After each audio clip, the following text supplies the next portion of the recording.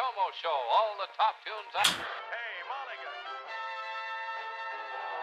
What are you doing? I don't know. Get them just what they get in the big house. It's the Joey and Rory Show. This week's special guest, Wynn Varble. This week's episode brought to you by Roper Apparel. Wear the West. And now, she can ride, rope, and sing her heart out. And he's lucky. Here they are, Joey and Rory.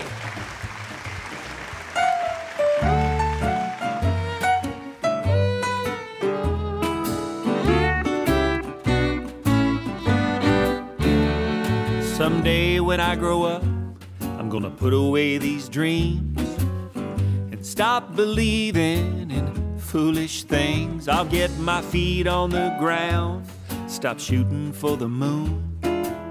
Well, I hope I don't grow up anytime soon.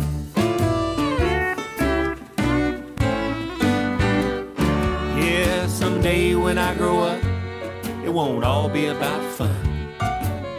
That honey-do list will finally get done. I'll start watching more news and less cartoons. Well, I hope I don't grow up anytime soon. Garage full of toys and still I want something new. That's just the boy and the man coming through. It's a serious job raising this family. 2 little kids, well, 3 counting me. Someday when I grow up, I'm gonna really watch my weight. And I'll eat more salad and a lot less cake. I'll sing all serious songs and not these silly tunes. Well, I hope I don't grow up anytime soon.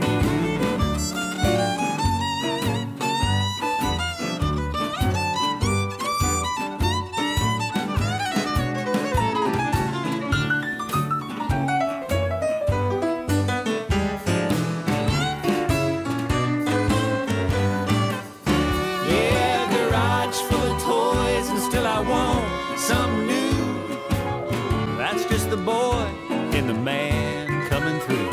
It's a serious job raising this family. 2 little kids, well, 3 counting me. I'll empty my pockets before my bibs get washed. Ask for directions before we get lost. I'll stop believing we can be the next Johnny and June. Well, I hope I don't grow up anytime soon. Yeah, I hope I don't grow up anytime soon.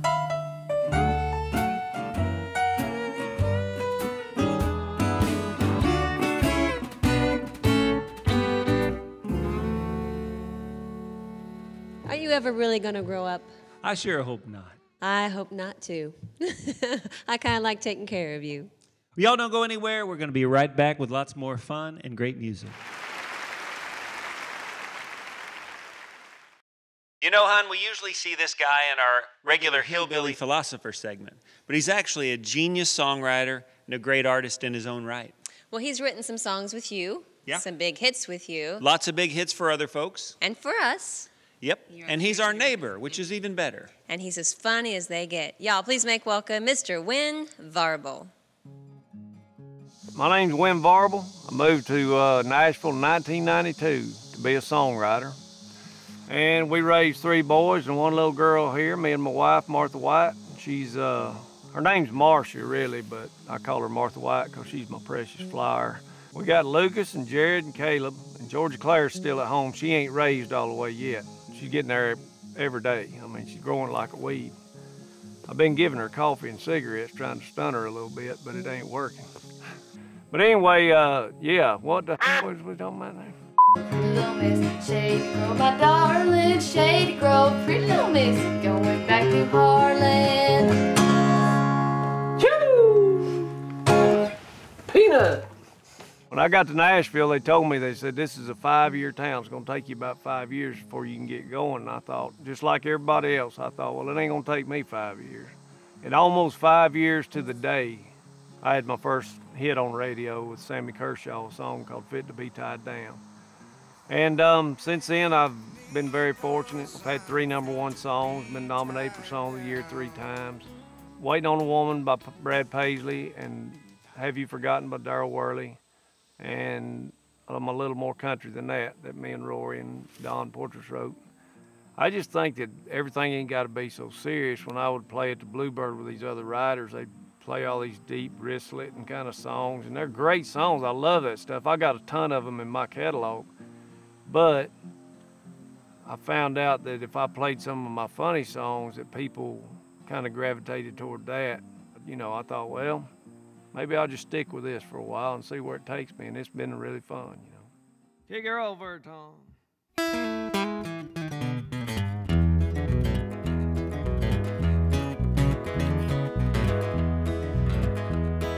Well, I stopped off at Shooter's to wind down on my way home.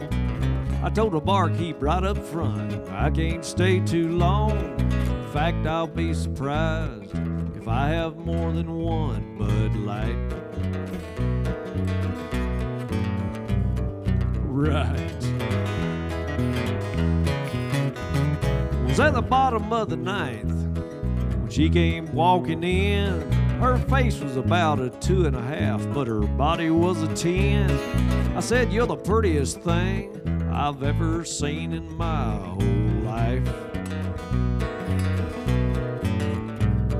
Right. Wrong place, wrong time. Tempting fruit is best left on the vine. Eve told Adam it won't hurt to take just one little bite.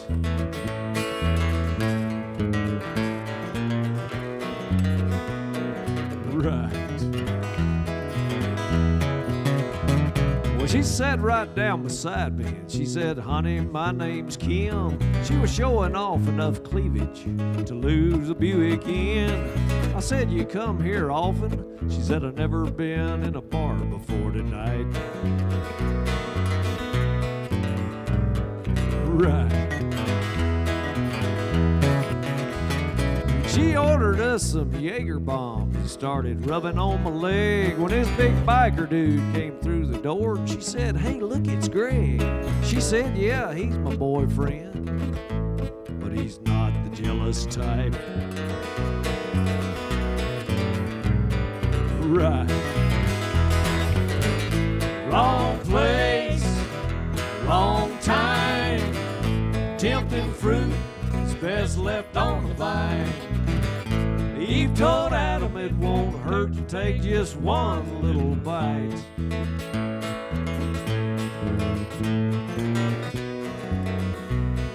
Right. He had fists the size of grapefruits. He looked a little pissed. He came walking over, yelling at her, "Who the hell is this?" And I ducked in time to miss the left. But guess what caught me in the eye? Right. Correct. Right.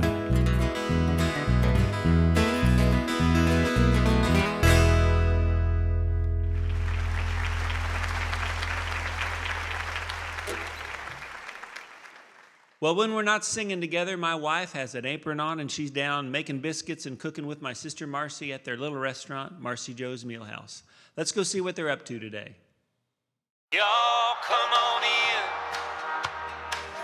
Sit wherever you want. Well, every restaurant has their own signature dish. And here at Marcy Jo's, we have a signature dish. We call it Rory's Overall. Well, if anybody recognizes Rory and I at all, they notice us right away because of Rory's Overalls. So we thought, what better way to bring all of his favorite breakfast food items together and combine them and make this glorious presentation of the Rory's Overall Special. So let's go ahead and get started. I'm gonna go crack a couple eggs. Yep, while you do the eggs, we have our homemade angel biscuit. I'm gonna open it up. And then what we do next is while that's frying, we're gonna put the eggs on top of the homemade angel biscuit, and then we top it. Well, I asked folks here at Marcy Jo's if they like sausage or bacon. And it doesn't matter, you know, you can have both if you'd like. And so we put that, the bacon or the sausage, on top of the eggs, and then we top it with our homemade gravy, which is really good. And then we top it with some cheese. And this is kind of what it looks like right here. And it's just wonderful. It's pretty much a mountain of madness. It is. But it's really, really good. It is. It's really good. Well, speaking of Rory's Overalls, you know, the other day we were at Walmart. And I was doing some grocery shopping. I had to go pick up a few things. And I usually have Rory just stay in the truck because he gets noticed all the time. Yeah. And sometimes when I go, I don't want to be all made up and have makeup and stuff like that. And so there were these people, and I texted Rory. He goes to the magazine aisle usually while he's working, and I texted Rory. I said, honey, I'm done, so why don't you, I'm at the checkout line. Right. Come and help me get everything in the bag. And he had about 10 people following behind. Oh my gosh. 10 people I didn't even know. I said, honey, who are your friends? Aww. And he said, oh, I just met them. They're really sweet. That's sweet. And I said, it's the overalls, isn't it? He said, yeah. So anyway, that's kind of a typical thing at Walmart. Oh, or anywhere we go. Though. That's really great. So here we go. We have this. You know, we have I have a very special guest here in town today. My dad is in from Indiana, and he reminds me so much of Rory. And I think that's why I love Rory so much, is because he reminds me of my dad. Oh, that's He makes me laugh. He always puts me in a good mood. And he's always cutting up and just being silly. So I'm gonna see if Dad, did I mention he loves to eat? Yes. So hey Dad, why don't you come over here? Doesn't I want that you look to try beautiful? something. Wow, that does look amazing. That's beautiful. Very good. Thank you. Yeah. Hi Dad, how are you? Doing That's good. Good, How you doing, Marcy? good. I'm doing good. How are ready you, to try Dad? I'm ready. Are you hungry? Yes. It's always beautiful hungry. stuff. Yes. Dad, that was whatever. Just do. Oh my Just God. kidding. Just kidding. Move, sir. This looks good. That's hot, so don't burn your mouth. Okay. Oh yeah. Kind of got a big bottom lip. So. No, I'm joking. Got me. No, you can eat it. It's real food, baby. Tell me how it tastes. Mmm. Do you like it? Delicious. Oh, Do you like good. Good. Really, really Good. good. Well, why don't you go and work on that and All right, I'm good. finish Thank her you. up. You're welcome. Well, there you have it, folks. Rory's Overall Special here at Marcy Jo's, where we're changing lives. One bite at a time.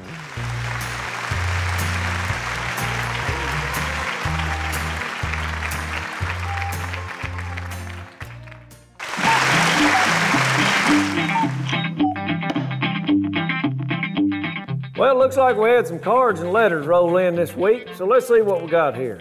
Here's one, a two-pager from Dolores. Dear Wynn, seems like you never pay attention to the woman's point of view. All right, let's see what else we got here. Just kidding, Dolores, kinda. Let's see here. Here's one from Bob. Dear Wynn, my wife says I never listened to her, or something like that. I really wasn't paying attention. Do you have any advice? Well, Bob, communication is key to any relationship. Good luck.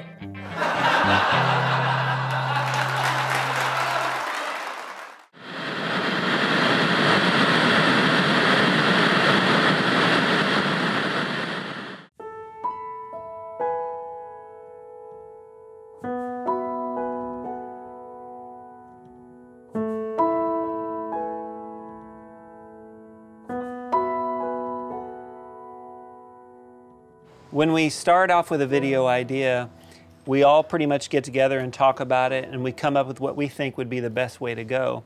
And I thought that we had a plan for this music video.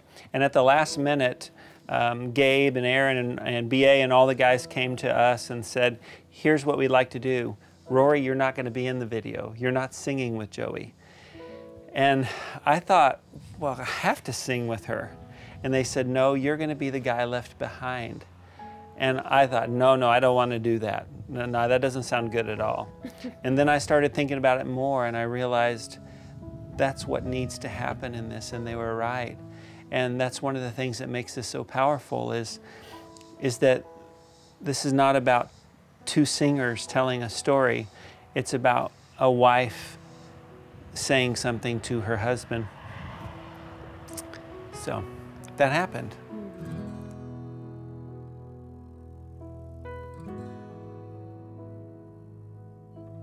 Well, we on purpose like to shoot a lot of our videos here at our farm and on our property, and this one in particular is no different. Actually, I think this one even has more meaning to the fact of us filming it here with the garden being out here and my chicken shed where my chickens are, and of course our cemetery out back.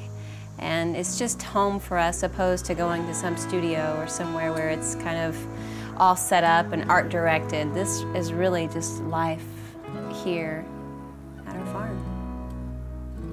Well, I remember when I was getting ready downstairs and getting hair and makeup done, and I heard them up here setting up for the shot, and all of a sudden, Rory or Gabe or somebody said, "Hey Joey, we need you." I said, "Oh, but you don't really want me right now. I'm not really quite done up." And they said, "It doesn't matter. You're not going to be seen. We just need you." So I came out here and I had rollers this big in my hair, and I had pins everywhere, and I'm sure I was a sight. But they said, "We just need you to sit down here where Rory is and sit below him, though, just to sit there."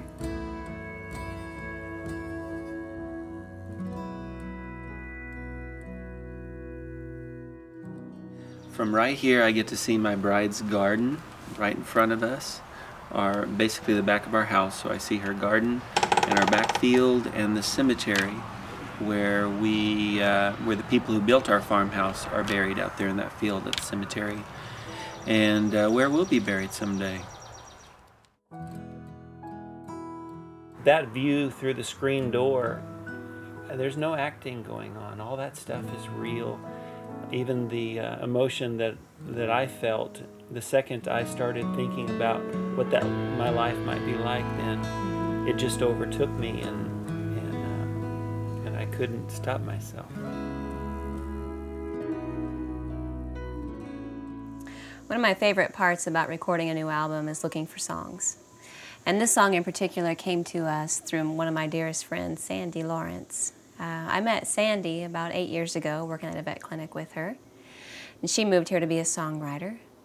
She gave this song to Rory, who in turn, Rory played it for me. And I was knocked out about the song as much as Rory was. When I first heard the song, it was Sandy singing it with a piano, probably just at her house. And it didn't have any frills on it, but it was so special. We knew at that moment that that was something we needed to record.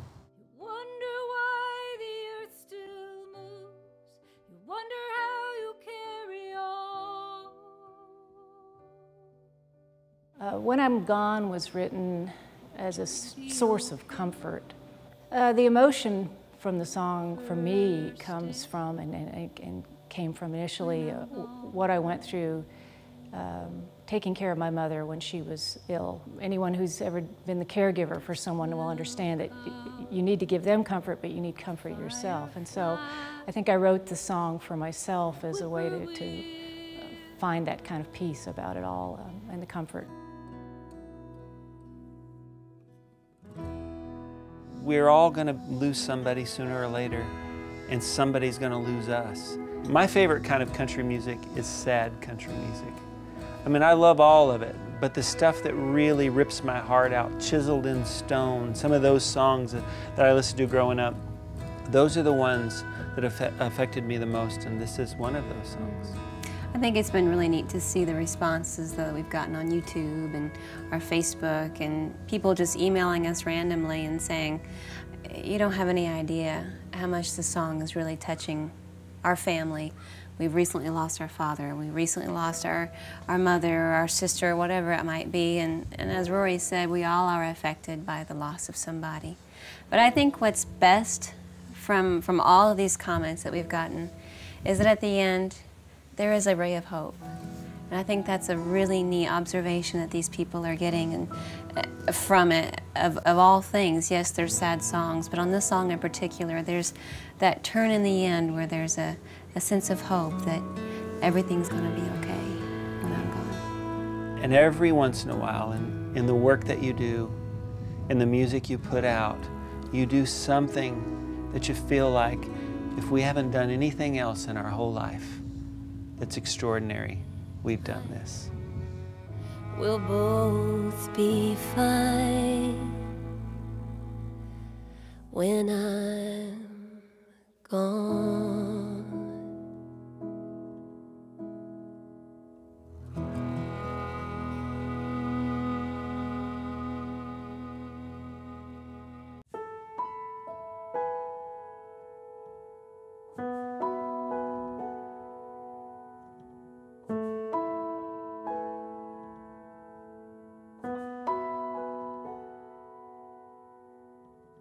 A bright sunrise will contradict the heavy fall that weighs you down. In spite of all the funeral songs, the birds will make their joyful sound. You wonder why the earth still moves. You wonder how you carry on.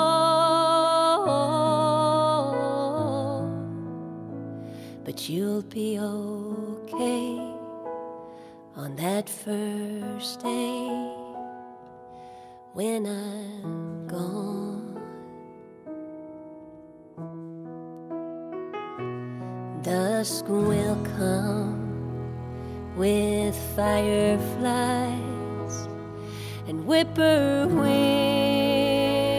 and crickets call, and every star will take its place in silvery gown and purple shawl.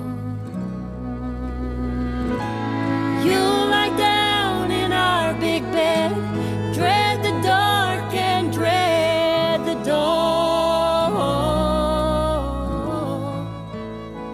but you'll be all right on that first night when I'm gone.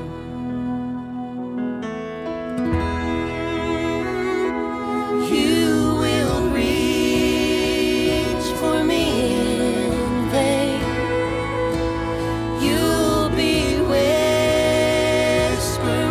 my name as if sorrow were your friend, and this world so alien. But life will call with daffodils and morning glorious blue skies. You'll think of me, some memory, and softly smile to your surprise. And even though you love me still, you will know where you belong. Just give it time, we'll both be fine when I'm gone.